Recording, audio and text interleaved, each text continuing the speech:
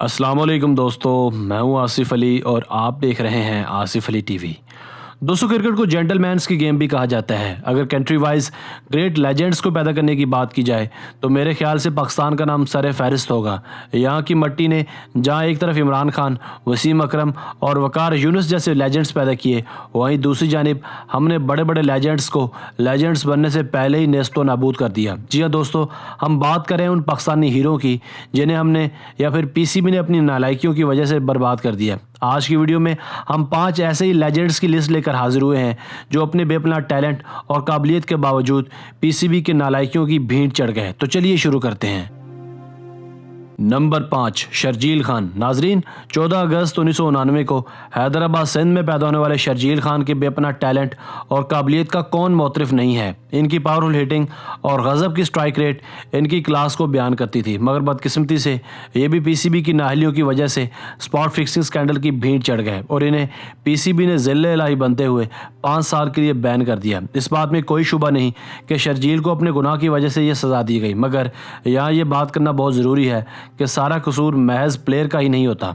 सबसे पहली बात तो यह है कि स्पॉट फिक्सिंग के स्कैंडल्स सबसे ज़्यादा आईपीएल में सामने आते हैं, मगर वहाँ किसी को भी सज़ा नहीं दी जाती। दूसरी बात यह कि पीसीबी को भी ऐसे इंतजाम करने चाहिए कि नए आने वाले क्रिकेटर्स इस लत में मुब्तला हो ही ना। इन क्रिकेटर्स को शऊर देने के लिए इनकी क्लासेस का इनेकाद होना बहुत ज़रूरी है। अगर ऐसा होता तो आज लेफ्ट हैंडर पाकिस्तानी स्क्वाड में होते और शॉर्ट पिच बॉल्स को बाउंड्री से बाहर फेंक रहे होते, मगर शायद इम्तियाजी सलूक के लिए शायद पाकिस्तानी क्रिकेटर्स ही बचे हैं।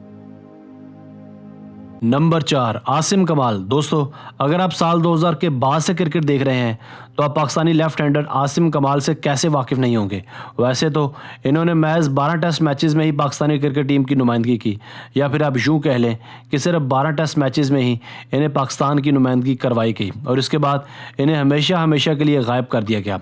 इनके बेपनाह टैलेंट, नाकाबिल यकीन टेम्परामेंट, खूबसूरत बैटिंग स्टाइल और कमाल की फील्डिंग के बावजूद भी इन्हें दूसरा चांस नहीं दिया गया।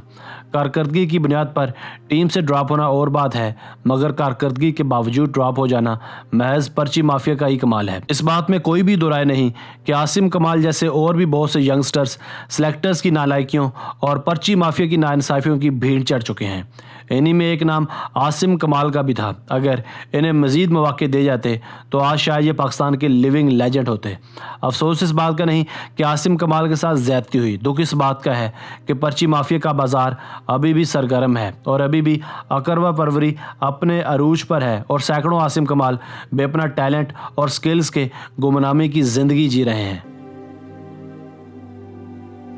नंबर 3, शब्बीर अहमद। दोस्तों, साल 2003 से लेकर 2005 तक पाकिस्तान के लिए खेलने वाले शब्बीर अहमद खान को भी शायद आप जानते ही होंगे।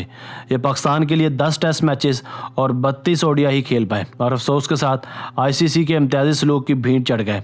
खानेवाल से ताल्लुक़ रखने वाले शब्बीर अहमद की नपी तुली बॉलिंग और बेजान विकेट्स पर भी इनके तूफानी स्पेल्स को कौन नज़रअंदाज कर सकता है। इनकी हाइट 6 फुट 5 इंच थी, जिसका फ़ायदा उठाकर ये बड़े बड़े बैट्समैन को भी मुश्किल में डाल देते थे। इनकी बॉलिंग में ग्लिंद मैगरा जैसी एक्यूरेसी थी। यही नहीं, इनकी डिलीवरीज में हमें इन स्विंग, आउट स्विंग और रिवर्स स्विंग का खूबसूरत इम्तजाज नजर आता था, मगर बदकिस्मती से खानेवाल शहर का ये सुपरस्टार आईसीसी के घटियापन का शिकार हो गया और इन्हें गैर कानूनी बॉलिंग एक्शन की वजह से 1 साल के लिए बैन कर दिया गया। 1 साल की मुसलसल सजा काटने के बाद इन्हें पीसीबी ने दोबारा लिफ्ट ही नहीं करवाई। यूं इनका टैलेंट एक मरतबा फिर से आईसीसी और पीसीबी की मुश्तरका काविशों से नेस्तो नाबूद हो गया।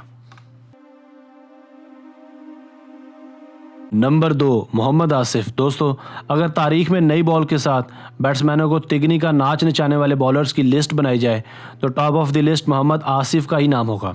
ये इन स्विंग और आउट स्विंग में जो महारत रखते थे वो आज भी याद करके दिल खून के आंसू होता है।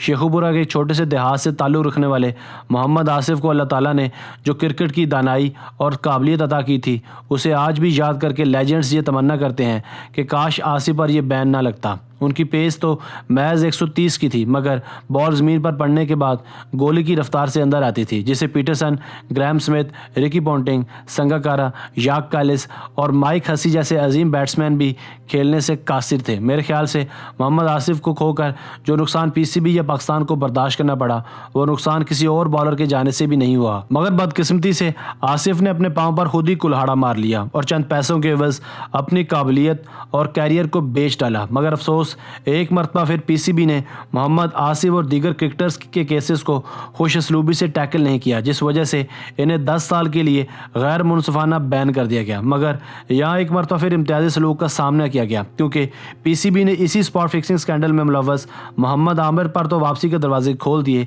मगर सलमान बट और मोहम्मद आसिफ पर नहीं खोले। मोहम्मद आसिफ की क्रिकेट शायद अभी चंद साल बाकी है, मगर पीसीबी अपने इम्तियाजी सलूक से बाज आ जाए तब। आसिफ 22 टेस्ट और 38 वनडे मैचेस में पाकिस्तान की नुमाइंदगी कर चुके हैं और टेस्ट मैचेस में इनका बॉलिंग औसत 23 का है, जो कि इनकी क्लास और काबिलियत को अयां करता है। नंबर 1, फवाद आलम। दोस्तों, कराची से ताल्लुक़ रखने वाले 33 साला फवाद आलम भी अपनी काबिलियत और बेहतरीन रन औसत के बावजूद पीसीबी और सेलेक्टर्स की नाइंसाफ़ियों की भीड़ चढ़ रहे हैं। फवाद आलम का डोमेस्टिक कैरियर अगर उठाकर देखा जाए तो यह नाकाबिले यकीन तौर पर दुनिया के 50 बेहतरीन औसत रखने वाले वाहिद पाकिस्तानी हैं और इस लिस्ट में ये वाहिद पाकिस्तानी प्लेयर हैं। डोमेस्टिक कैरियर में इनका रन औसत 55 का है और ये 27 सेंचुरीज और 57 निस्फ सेंचुरी स्कोर कर चुके हैं। यही नहीं, अपने पहले डेब्यू टेस्ट मैच में इन्होंने 168 रन की शानदार इनिंग्स भी खेली थी। बावजूद इसके इनका टेस्ट और वनडे मैच में रन औसत 40 से ऊपर का है, मगर फिर भी न जाने क्यों पीसीबी की नाइंसाफ़ियों का सिलसिला अब तक इन पर जारी है। यही नहीं, इन्हें जब भी टीम में मौका दिया गया इन्होंने परफॉर्म किया, मगर अफसोस इनके पास शायद पर्ची नहीं थी, इसलिए भरपूर सलाहियतों और टैलेंट के बावजूद ये अब तक चीफ सेलेक्टर्स और पीसीबी की जानिब आस बांध कर देख रहे हैं। अभी भी इनकी एज सिर्फ 33 साल है, यानी चंद साल तक ये मजीद खेल सकते हैं, मगर जो साल इनके ज़ाया कर दिए गए इनका कौन जिम्मेदार है।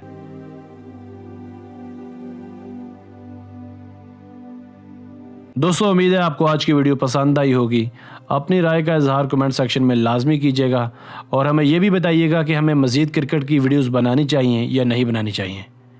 हमें आपके कमेंट्स का इंतज़ार रहेगा। मिलते हैं एक नई वीडियो के साथ, तब तक के लिए अल्लाह हाफिज़।